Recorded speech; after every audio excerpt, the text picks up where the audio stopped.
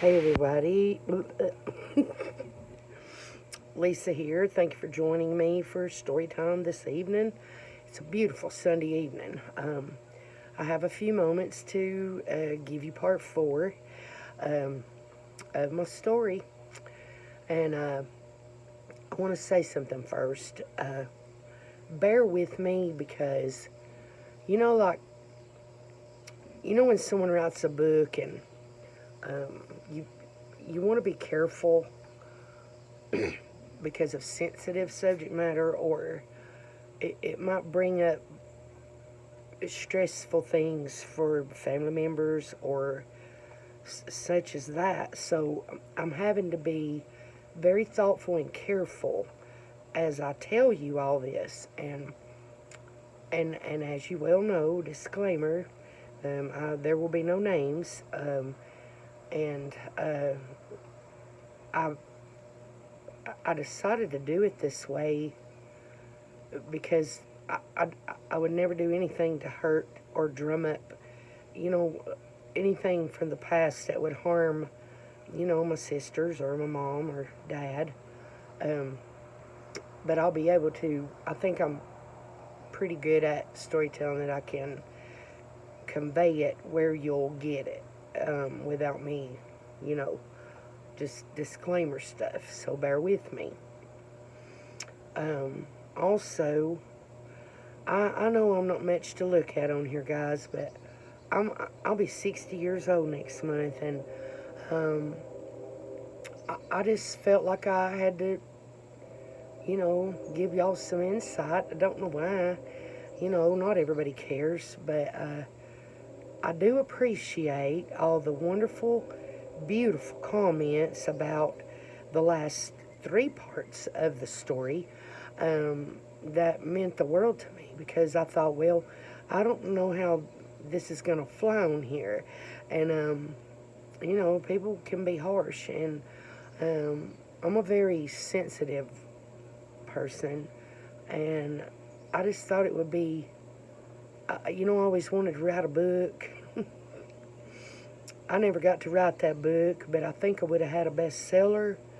Uh, it's not that I couldn't write a book, I could. Uh, but a lot of, I speak, I'm auditory. I'm better at auditory than I am visual. So, like I could write a book, but I don't know that it would be as true to heart as me telling you the story. So, anyway, let's move on. I got cornbread in the oven. All right, so we made the move. We got settled in the house, the little brick house, and as you well know, for you guys who I've saw your comments and you're super not to leave you hanging. I promise you. Let me start here for a second. I will not leave you hanging. Uh, this will be continued. I have a busy life. My husband is sick. He's not doing good, and so bear with me, okay? I will not leave you hanging. So just look forward to it. Um, I kind of don't know how I'm gonna. I need to kind of give you guys a time when I might upload the story line, my story, whatever. But just hit the bell, and I'm sure you notifications are on. You'll know when I upload the next part. So back to the house. So we got moved in, we got settled, and I may skip ahead a little bit because there's some things I don't know, y'all. I'm not crazy, but dormant. Some things. I mean, my psychologist told me this. They're like, we're working on that, but or my therapist, whatever.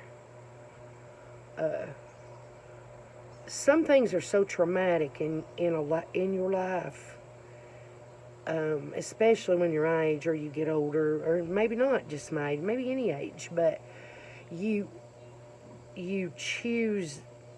I don't know that you choose it, but it it's hidden because it was so traumatic that you kind of, I don't know how she explained it, but it's like a door that's been closed, and it's just a secret door, okay? And so just bear with me. So my dad, when we were in the apartments, we lived there for several years, I'm pretty sure it was. And I think, or we might have moved there.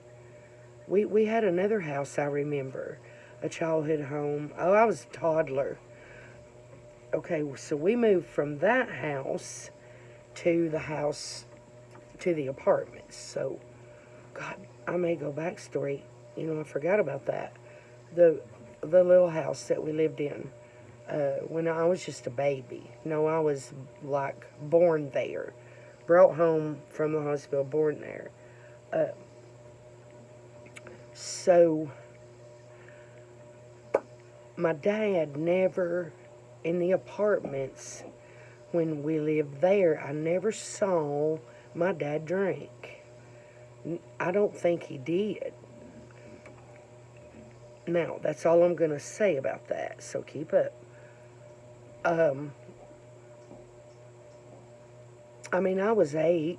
No, I was 8 or 9. I would know, I think, that I would know that, but never seen him do that. Never. So, and this goes back to the little brick house. So we get moved in, and my sisters, they automatically make friends with the little boy across the road, and I'm just kind of a loner. I don't really have any friends. Never did that I could ever say that, in my adolescent years. So anyway, we start school. We're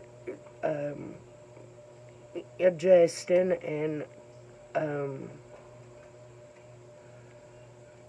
gonna bump up because this is something I remember. It seems like I was 12, or I was 13, maybe 14. I can't remember, but I might have been 14. I would wake up at night,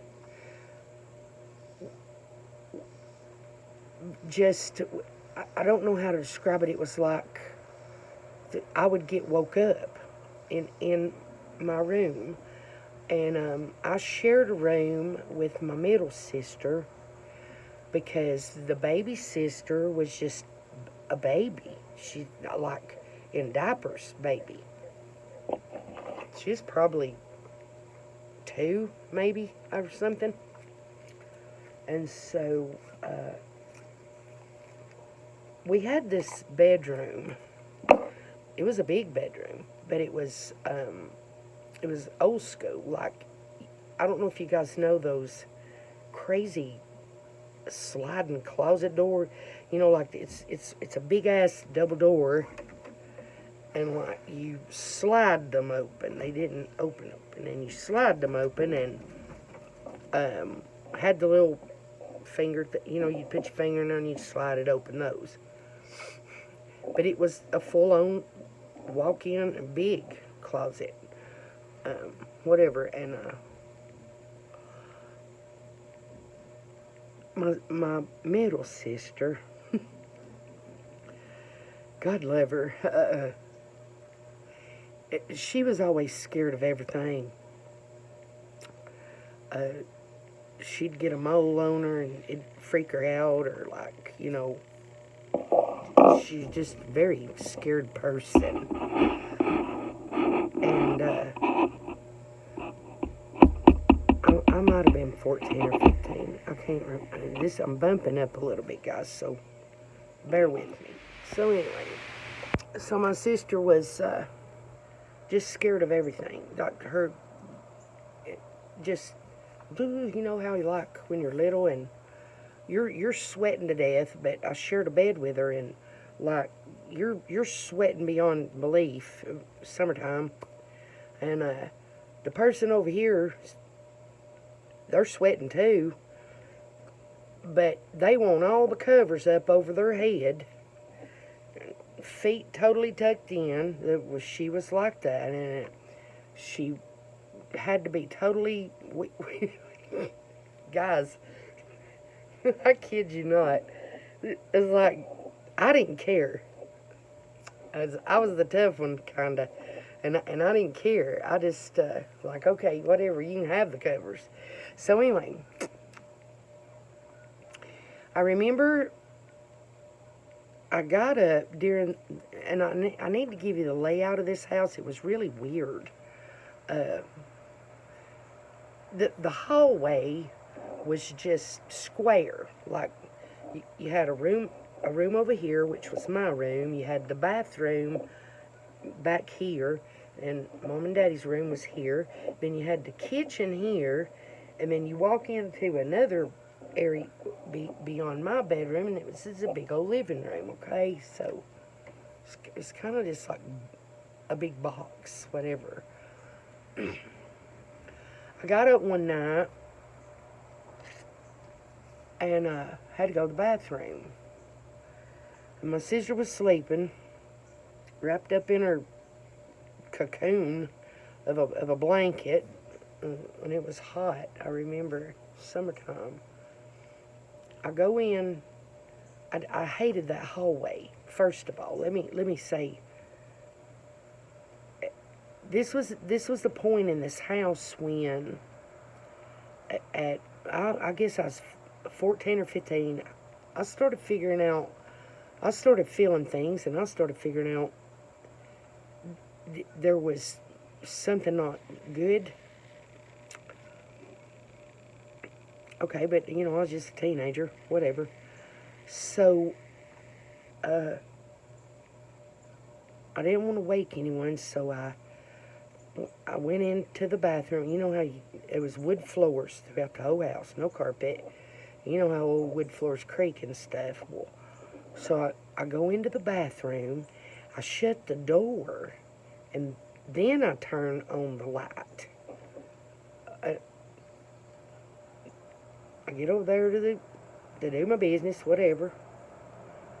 And the toilet was here, and there was this big shower with a glass door, old timey, like 70s, glass door, and it was open, and Mama had towels and stuff hanging on it, and it was a nice little bathroom, bath mat, all that.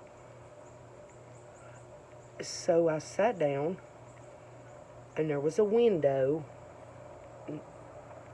right beside the toilet, old school, like this. It was a window, and I'm half asleep. I look over. I'm sitting there, and I look over into that tub, and there was a spider. Guys, I ain't kidding you. It is bigger than my hand right now. It was...